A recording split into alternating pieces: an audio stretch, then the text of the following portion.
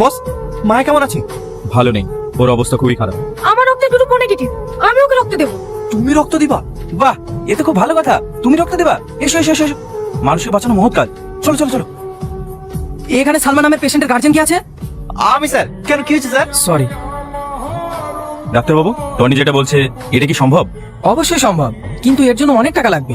যত টাকা লাগবে আমি দেবো, আপনি সার্জারি করার ব্যবস্থা করুন। ঠিক আছে, এবার চোখটা খুলুন তো।